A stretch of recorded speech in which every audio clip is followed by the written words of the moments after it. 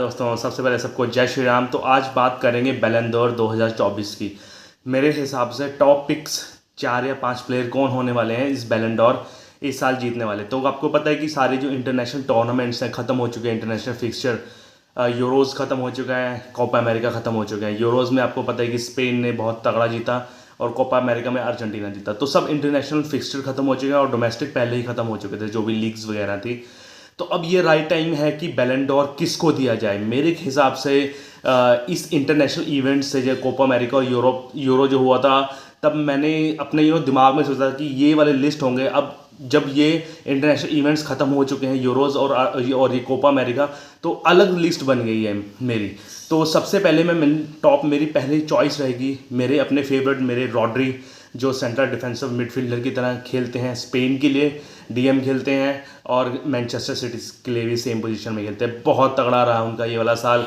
ये यूरोज से पहले मैं उनको टॉप 4 या 5 में भी नहीं रख रहा था अपने बैलन डोर के लिए, लेकिन यूरोज ख़त्म होने के बाद अब मैं इनको टॉप नंबर 1 में रहता हूँ कि मेरे हिसाब से बैलन डोर रॉड्री को मिलना चाहिए। अगर हम इनके जो रिकॉर्ड्स की बात करें, इस साल के जो खेले, अगर प्रीमियर लीग की बात करें तो इन्होंने प्रीमियर लीग जीता है, ठीक है ना, मैनचेस्टर सिटी के साथ सुपर कप जीता है, वर्ल्ड सुपर कप जीता है इन्होंने, और क्लब वर्ल्ड कप जीता है। अगर इंटरनेशनल इवेंट्स की बात करें तो इन्होंने यूरोज में जीता है और यूरोज में प्लेयर ऑफ द टूर्नामेंट भी रहे हैं।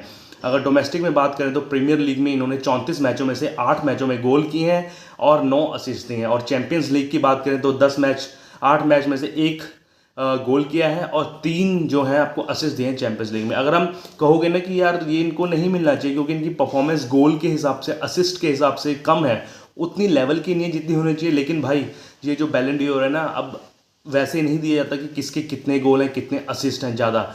आजकल बैलन डोर दिया जाता है प्लेयर्स की कंट्रीब्यूशन में, कि उस प्लेयर ने कितना कंट्रीब्यूट किया अपनी टीम को और कहाँ तक लेके गए हैं और कितना कंट्रीब्यूट किया और कहाँ तक जिता के लेके गए हैं मैच को। अब मेरे ख्याल से रॉड्री को इस साल मिलना चाहिए क्योंकि बहुत टाइम हो गया किसी डिफेंसिव मिडफील्डर को नहीं मिला है। क्योंकि रॉड्री एकमात्र ऐसे खिलाड़ी हैं, चाहे मैनचेस्टर सिटी और स्पेन में, अगर उनको अगर इंजरी हो जाती है, उसको किन्हीं कारणों की वजह से बाहर निकलना पड़ता है, तो ना तो मैनचेस्टर सिटी जीत पाती प्रीमियर लीग और ना ही स्पेन यूरोज जीत पाती। वो पिविटल हैं, एक तरह से स्तंभ हैं जिनके इर्द गिर्द सारी टीम घूमती है। बहुत तगड़ा खेले हैं ये रॉड्री। तो मेरे ख्याल से रॉड्री को भी मिलना चाहिए। नंबर 1 में मेरी चॉइस रहेंगे रॉड्री। तो नंबर 2 में चॉइस रहेंगे मेरे विनीशियस जूनियर को अगर मैं कहता ना यूरोज या फिर कोपा अमेरिका ना होते तो मैं विनीशियस जूनियर को देता ये अवार्ड, क्योंकि विनीशियस जूनियर ने बहुत तगड़ा परफॉर्म किया है।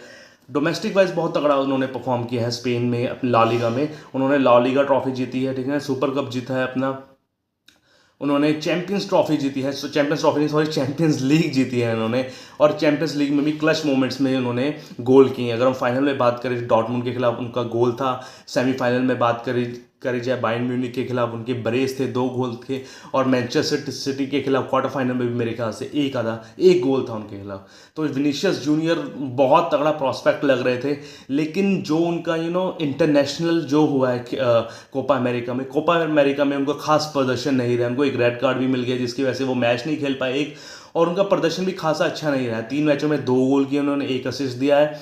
और ये जो बैलन डोर टूर्नामेंट है ना, ये इंटरनेशनल इवेंट्स को भी देखते हैं कि आपको कितने जीते हैं।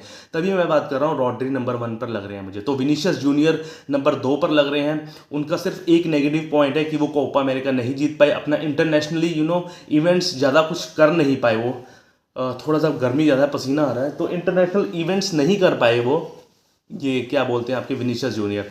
और थर्ड मैं रखना चाहूँगा, थोड़ा सा सरप्राइज होगा सबके लिए, कि थर्ड में रखना चाहूँगा डैनी कार्वाहाल को। डैनी कार्वाहाल डिफेंसिव राइट बैक खेलते हैं स्पेन के लिए और अपने क्लब रियल मैड्रिड के लिए। तो बहुत तगड़ा रहा है इस साल, उन्होंने सभी कुछ जीता है। उन्होंने डिफेंस में अगर बात करें तो उन्होंने अपने डोमेस्टिक में ला लीगा जीता है, चैंपियंस लीग जीती है, सुपर कप जीता है। अगर इंटरनेशनली बात करें तो यूरोज जीती है उन्होंने। बहुत तगड़ा रहा है उनका साल। और बहुत सदियां हो गई किसी डिफेंसिव को नहीं मिला। तो अगर उनको भी मिलता तो मेरे लिए सरप्राइज़ नहीं होगी कि उनको भी मिलना चाहिए। 34 साल के हो गए हैं और इतना तगड़ा खेले ना, पूरा कस के रखा डिफेंसिव उनका, रियल मैड्रिड का भी और स्पेन का भी। अगर हम चौथी बात करें तो मैं शायद जूड बेलिंगम को ले जाऊंगा कि जूड बेलिंगम ने भी खासा इम्प्रूवमेंट की है, खासा अच्छा परफॉर्मेंस किया डोमेस्टिक में भी और इंटरनेशनल में भी। डोमेस्टिक में तो रियल मैड्रिड के साथ उन्होंने काफ़ी जीते हैं, सुपर कप जीता है, चैंपियंस लीग जीती है, और ये ला लीगा जीती है। टॉप स्कोरर में रहे हैं वो, 23-24 गोल किए इन्होंने ला लीगा में। और थोड़ा सा अगर यूरोज भी जीत जाते तो 100% इनको मिल जाता है जूड बेलिंगम को, लेकिन यूरोज में फाइनल तक पहुंचे, फाइनल में थोड़ा सा उनका प्रदर्शन अच्छा नहीं रहा तो जूड बेलिंगम के चांस नीचे चले जाते हैं। तो लास्ट मैं कहूँगा कि last but not the least मैं कहूँगा दो नाम और भी आते थोड़े से मेंशन कर दूँ।